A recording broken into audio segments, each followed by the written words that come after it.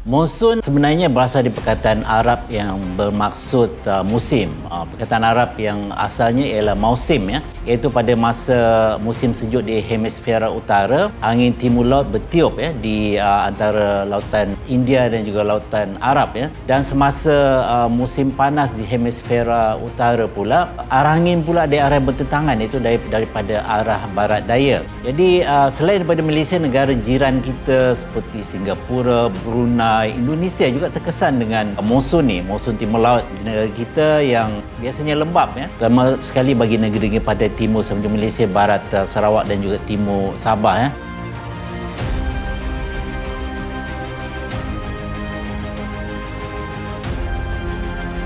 Perbezaan pemanasan, ya, antara daratan dan lautan faktor utama yang menyebabkan berlakunya monsun timur laut inilah. Jadi semasa musim sejuk di hemisfera utara, kawasan benua di China, Siberia itu menyejuk lebih cepat daripada lautan. Jadi terbentuklah sistem tekanan tinggi di kawasan tersebut di Siberia dan juga di China, dan apabila tekanan oleh kerana udara ni bergerak dari tekanan tinggi ke arah tekanan rendah, udara akan mengalir keluar daripada sistem tekanan tinggi di Siberia dan China tersebut dan mengalir keluar menuju ke kawasan tekanan rendah di sekitar negara kita lah, itu di garisan khatulistiwa. Jadi itu adalah faktor yang menyebabkan berlakunya monsun timur laut ni lah. Biasanya secara kelazimannya bermula pada bulan November, ya, dan akan berakhir pada bulan Mac tahun yang berikutnya. Jadi itu adalah tempoh yang lazimnya berlaku monsun timur laut di negara kita lah.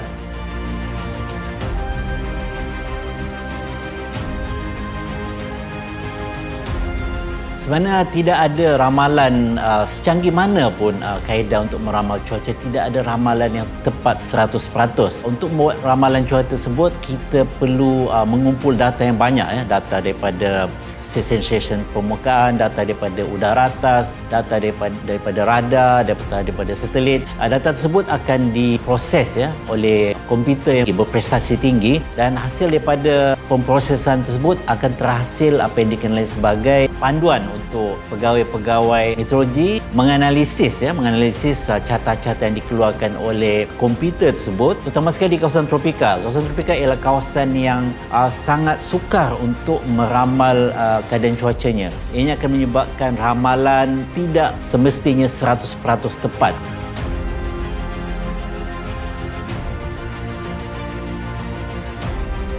Pencerapan untuk kita mengetahui keadaan cuaca semasa. Tapi untuk kita meramal tempoh sejam, 2 jam ataupun bahkan seminggu yang akan datang, kita perlu menggunakan komputer berprestasi tinggi. Oleh kerana komputer itu akan memproses maklumat-maklumat yang dicerap tersebut dan mengunjurkan ke depan. Tempoh sejam misalnya, 2-3 jam, dan sehingga tempoh mungkin seminggu yang akan datang. Jadi itu adalah teknologi yang digunakan pakai oleh negara-negara maju. Semua negara di dunia ini aplikasikan teknologi sedemikian untuk buat ramalan untuk tempoh beberapa hari yang akan datang. Jadi tanpa output daripada komputer yang berprestasi tinggi ataupun superkomputer ini, tidak mungkin ramalan cuaca untuk tempoh yang panjang sehingga seminggu yang akan datang tu dapat dihasilkan berdasarkan pada pencerapan semasa saja.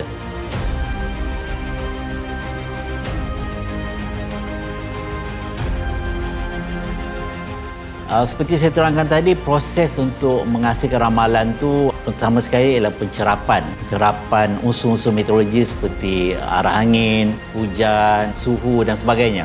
Yang kedua ialah pemprosesan pencerapan tersebut untuk menghasilkan output bagi yang digunakan sebagai panduan untuk rujukan oleh pegawai-pegawai meteorologi yang terlatih lah. Dan apabila ramalan tersebut ataupun amaran akan dikeluarkan, ianya akan disebarkan kepada masyarakat melalui pelbagai kaedah, melalui sistem SMS, melalui sekarang yang paling popular ialah kalau amaran tu kita hebahkan melalui media sosial.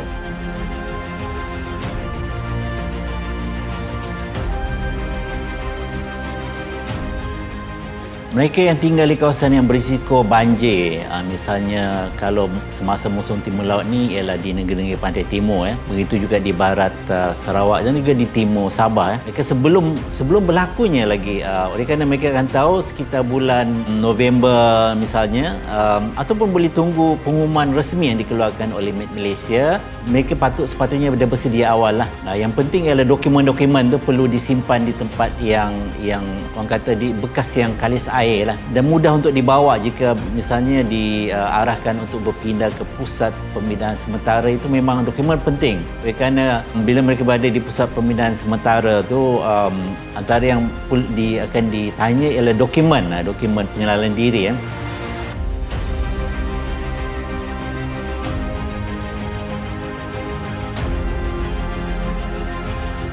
Perkhidmatan metodologi penerbangan ialah satu perkhidmatan yang Met Malaysia bekalkan untuk keselamatan dan keselesaan penumpang-penumpang pesawat, sama ada pesawat penerbangan awam ataupun pesawat tentera. Jadi di setiap lapangan terbang di Malaysia ini, Met Malaysia menyediakan perkhidmatan metodologi lah untuk membolehkan kapal terbang berlepas, mendarat dengan selamat berdasarkan pada maklumat yang dikeluarkan oleh Met Malaysia itulah. Jadi memang menjadi satu keperluan Pertubuhan Penerbangan Awam Antarabangsa ataupun ICAO yang mensyaratkan bahawa semua penerbangan yang berlepas dan mendarat di sesebuah lapangan terbang itu perlu mendapatkan maklumat cuaca yang sahih daripada agensi yang orang kata agensi yang resmi lah. Seperti kalau di Malaysia ni, Met Malaysia lah agensi yang resmi untuk membekalkan maklumat tersebut. Jadi tanpa maklumat metodologi itu, sukar ataupun penerbangan sebenarnya tidak boleh dilakukan di suatu lapangan terbang. Jadi mesti ada maklumat tu. Tujuannya adalah untuk perancangan, untuk keselamatan, untuk keselesaan penumpang dalam pesawat tersebut lah.